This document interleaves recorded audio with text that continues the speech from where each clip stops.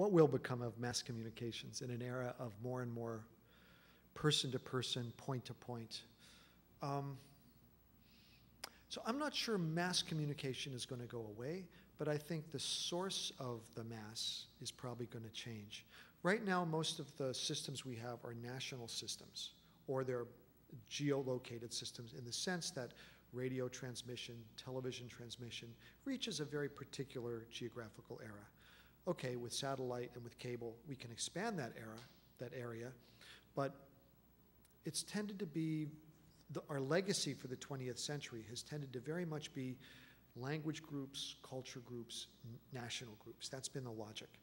And I think what we're seeing, of course we see a lot of everyone can do everything, okay, but in fact, if you look at the patterns of usage, it seems like there are little communities of interest, that's maybe a good word to call it, a community of interest where people might be interested in sharing music, and not just sharing music, but sharing a particular kind of music. Or people might have an interest in, so for example, some of my students in the States are really fans of South Korean and Taiwanese soap operas. You think, what? How is that possible?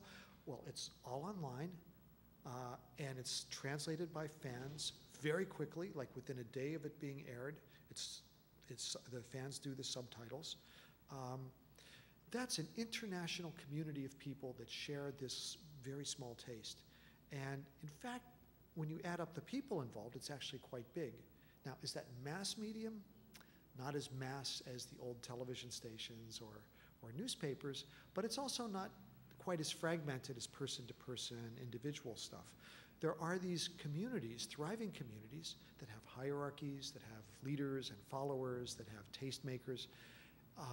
So there's kind of instead of a macro-level mass media and micro-level individual, there's kind of a series of meso-level cultural forms that are starting to emerge. And those can be fans of cars. I have a Porsche, and believe me, there's a very fierce Porsche fan club of Porsche drivers, and they talk about everything. They talk about the news, politics, but it's transnational. There's German members, British members, Canadian members. But it's a very, when I look at the amount of time people spend in this, online in these communities, I have the idea this is a very robust community. There's a community of course, in music, TV that I mentioned, Japanese idols like Miku, these sort of synthetic characters. Each has their own specificity and hundreds of others. So I think that's the new space that's not exactly mass media, but certainly is also not fragmented individual. There's a new set of logics, a new set of cultural forms that are